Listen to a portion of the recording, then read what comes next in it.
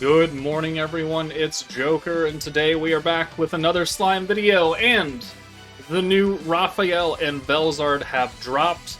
We have their full kits, and I am absolutely 100% not bitter about having to go to 240 pity to pull one Velzard, and then, 200 pity Raphael. No, I'm not bitter at all. Why do you ask?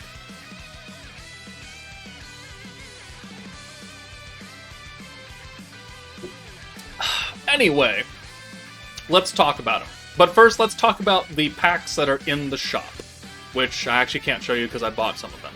So let's go to the news. The news. There we go. Okay, so we have a couple different packs going on here.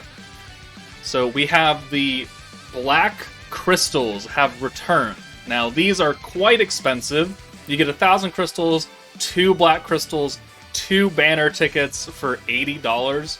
Now, if you go to the Crystal Bazaar, you could then buy enough black crystals to get you one of the characters. So 7 for Velzard, 5 for Raphael, but at $80 a pop for the big pack, right? You buy 5 of those, so that's 10 tickets. That gets you, Velzard plus 3, and then, oh look, you can buy 3 of these, so that's a total of 16, right?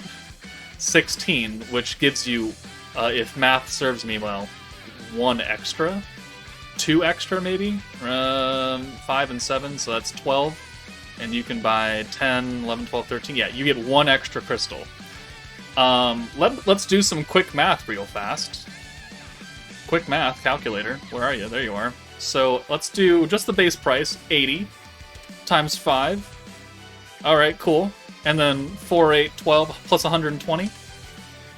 $520 to buy all the black crystal packs and get enough for 1 copy of Velzard, 1 copy of Raphael, and 1 extra black crystal that you can use for shards, I guess.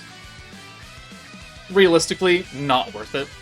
Not worth it unless you're a whale, in which case you already bought them. So, I mean, if you really want to, you can buy enough to get Raphael if you happen to pull Velzard, because they also have a ticket that gives you a 10% chance to just pull Velzard. So that's going to be... It's going to be this one right here. So Velzard the Trickster, 10% rate. So it's a guaranteed 5-star ticket with a 10% chance to be Velzard, which is fairly high for a gacha game. It's a $40 pack, and you can buy it twice. That pack, for most people, if you're a dolphin, a light spender, may be worth it. Now, I did not pull Velzard on those 2 tickets, so, I mean, it is still a 90% chance to get something else. So, take that with a grain of salt. But it is the highest chance you'll ever have to pull Velzard off a single than anything else you can ever do in the game. So, some people will get lucky, a lot of people will get unlucky, myself included, but if you're inclined to spend, that's probably a good pack to buy, because Velzard is the protector. 300 pity, 9,000 crystals is a lot more expensive than $40. So, there's that. There's also the normal 10% ticket to be an EX unit, so you could buy that one too. That one's only $23, so it's a little bit lower price, but it's split between Raphael and Velzard now, alongside all the other units being at 90%. So that's a thing. And then there's the normal packs with like normal tickets and reforged stones and everything. Not really that important. But let's talk about the units themselves. So Raphael is a magic character, you can't really see it. Space attribute, uses a sword, so if you have Space Leon, if you have Space Rimuru, they already have a sword, you can just yank it off of them and call it good. He is a defense growth, because this is, first and foremost, a defense-oriented meta. So, the ult really doesn't mean too much as terms of damage is concerned. His attack stat is low, his defense stat is very high. You're not meant to do oodles of damage like you are with, Dark Milim or Warrior's Mind Guy or whatever. No, you're here to live and tank and take advantage of their new gimmick, which is Vengeance, which I did a whole video explaining what Vengeance is. But After turn 5, going into turn 6, and 7, and 8, and 9, and however long you go, you will continuously do more and more damage based on how many stacks of Vengeance you have and what the enemy's base attack stat is. And that will just multiply and add up, and eventually, if you have like 40-something stacks and they have, 10,000 attack, you're going to be doing like 300,000 damage or something. Passively. Because the buff never goes away, which, in theory, sounds really good. In practice, I haven't really had to use it a lot, because my game is super laggy, so I've used it a little bit. It does seem interesting, but nothing happens until turn 5 passes. So you have to end your turn 5 before you actually see that Vengeance attack damage done. And then end of turn 6, end of turn 7, end of turn 8. So for 5 turns, you're just chilling, and you're surviving, right?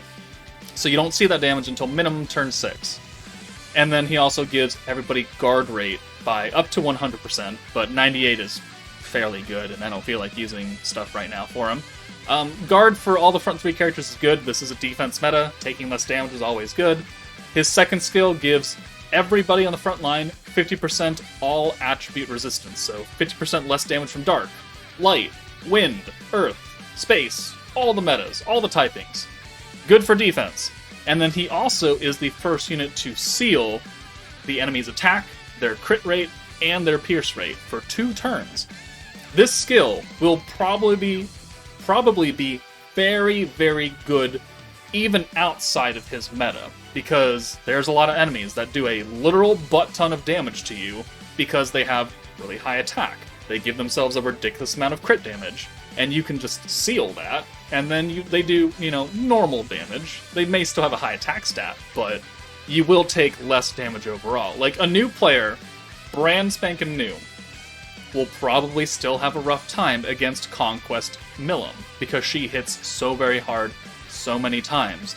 With Rimuru giving guard, and sealing her pierce, and her attack buff, and giving them resistance, Rimuru is probably going to be a really good pick for that stage.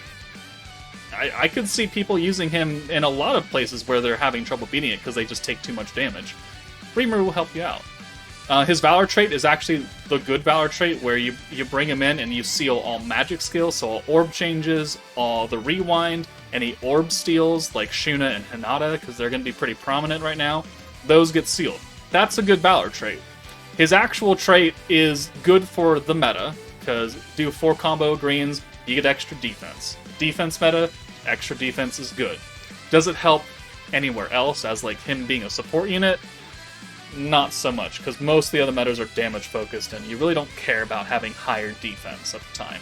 So, it's good for him, not super good for other characters you want to do big daddy damage to. Plus, he doesn't have a very, very high base attack stat anyways, so you'll have a lot of defense, but you'll have lower attack than putting a different space unit on. And then, once you get him to 120, extra 20% ult damage. And then he is a team buffer and gets extra guard power and counter power. Which the guard power is good, because he's guarding, right? He gives people guard. That's a fairly decent effect right there. He needs Yom, which is the free-to-play unit, which is fine. And then he is a team buffer, like I said. So Rimuru, I think, will have some usage outside of this meta. But... big but. Really, really want to caution you guys on summoning right stat now. We're going to talk about Velzard, and I'm going to give you my opinion. And people may or may not like it, but I think it's a pretty fair opinion. So, talking about Velzard, she leads the new Otherworld Legend, not to be confused with Otherworlder, because those are 2 separate forces, and she does not lead Otherworlder.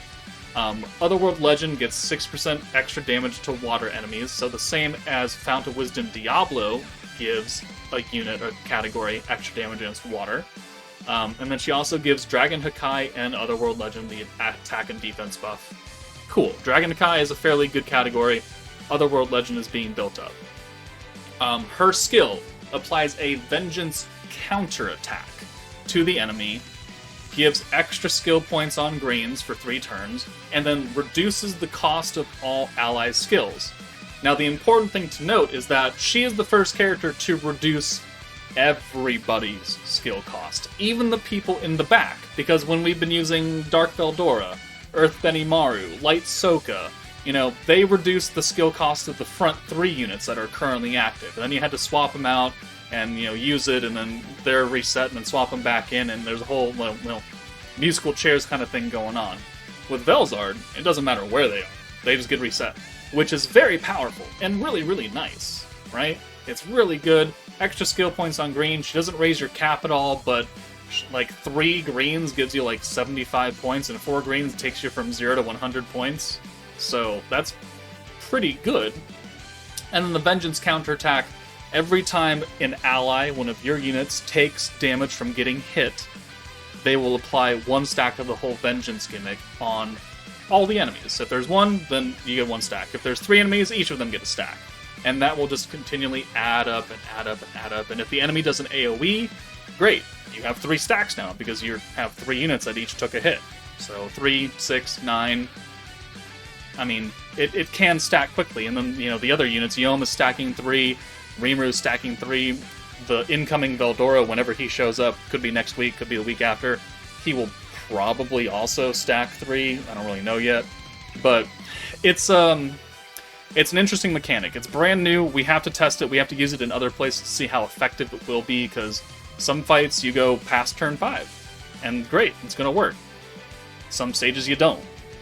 But if it's a defense meta, maybe you can survive long enough. So, it's a very interesting mechanic that these 2 units have, 3 units with Yom.